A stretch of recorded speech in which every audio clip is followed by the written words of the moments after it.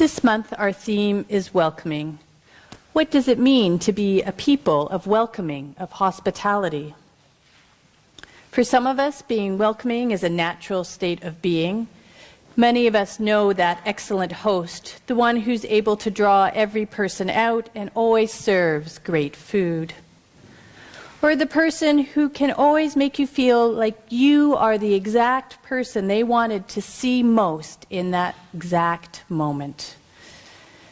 And so before I go any further, I invite you just to take a moment to remember a time when hospitality was extended to you.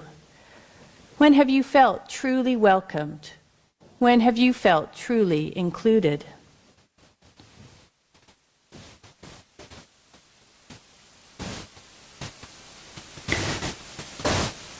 Reflecting on those moments when we have felt a sense of welcome, it is often a sort of warm authenticity that stands out.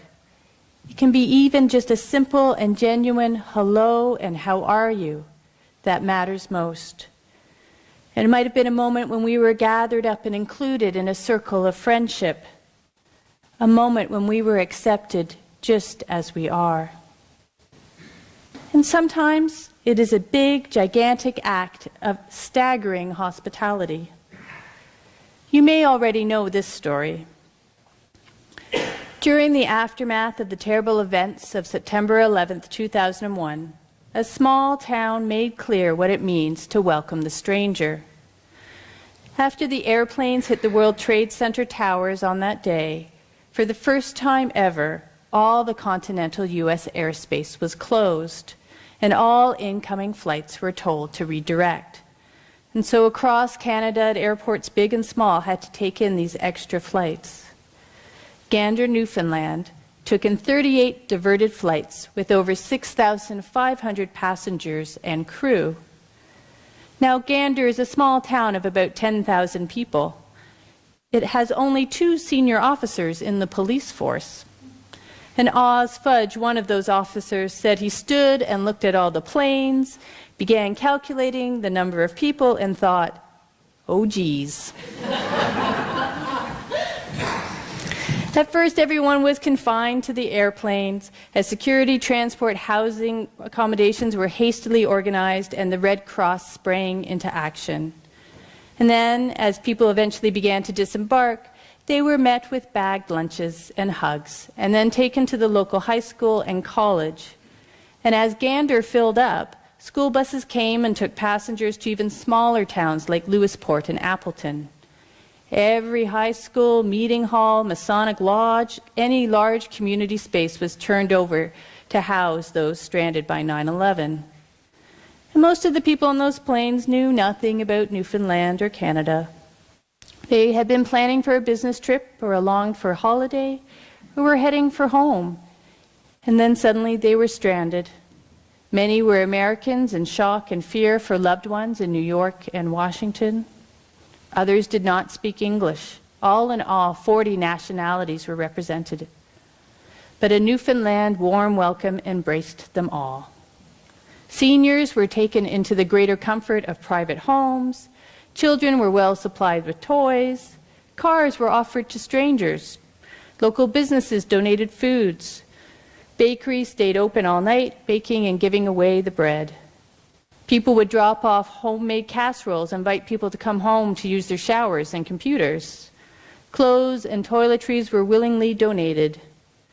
Kosher food was found for a group of Orthodox Jewish travelers, and they were given a separate kitchen in which to prepare it. Pharmacists filled needed prescriptions for free.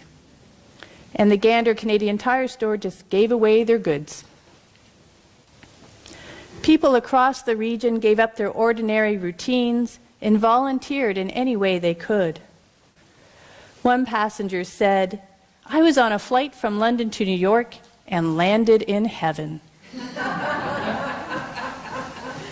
And after 2 days, flight travel resumed, and within a week, all 38 planes had gone on to their original destination.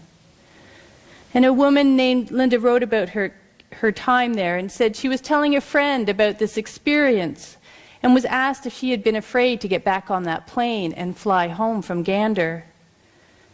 And I thought about it, and my response was no. And my calmness was a direct result of all that I had experienced. People from many countries living closely together as one in peace and cooperation. I was lucky to have experienced how the world could and should be. People caring for one another without regard to religious or ethnic differences, finding out what we have in common, that we are human and have the ability to love one another in meaningful ways. I thank all the people of Gander, hosts and guests alike. The people of Gander gave those stranded travelers a warm welcome, and they demonstrated true hospitality. People caring for one another without regard to religion or ethnic differences. They accepted all those in need without hesitation. Catholic theologian Henry Nouwen notes that hospitality is it's an opening of the heart, an openness to the other. The people of Gander, Newfoundland, opened their hearts in September 9/11. In the midst of fear and great sadness, they opened their hearts and homes to strangers. It was a hospitality needed not just by the people on those plains, but by many others as well. Gander was the good news story in the midst of a deep fracture in global relationships. And Gander reminded the world that it was possible, it is possible, to care for one another without regard to difference. And we have another opportunity for caring today. The Syrian crisis is displacing millions of people torn from their homes. Unitarian Universalists across Canada, including this congregation, are stepping up to welcome Syrian refugees to their new home in Canada. And we'll hear more details about the families we are working together with others to sponsor in next week's service. May we be as welcoming as the people of Gander, for we all need a world where hospitality overcomes hostility. I'm going to take a break now for a musical gift from our choir.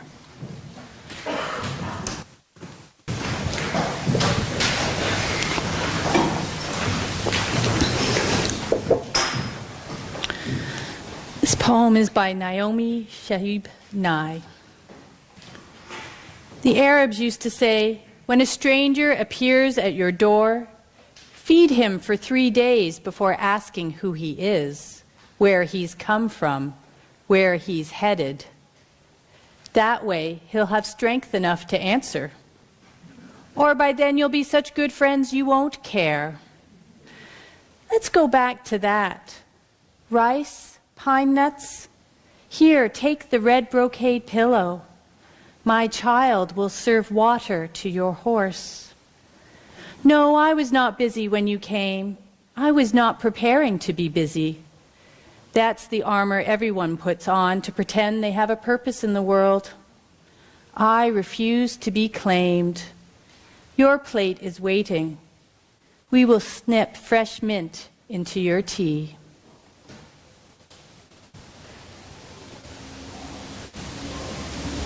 Preparing to be busy. How often we are just too busy to notice the person in need of welcoming, too busy to notice who is being excluded. Hospitality is a fragile art. And while we hope we are always welcoming, so often we are not. I'm saddened by how often I find myself treating my neighbors as invisible, whether that is the cashier at the grocery store or the street person on the sidewalk. Paying careful attention to the humanity of my neighbors is the first step of hospitality, and one I'm too often ill-prepared or too distracted to take. Offering hospitality in a crisis is wonderful and so needed, but in a way, it's the obvious thing to do.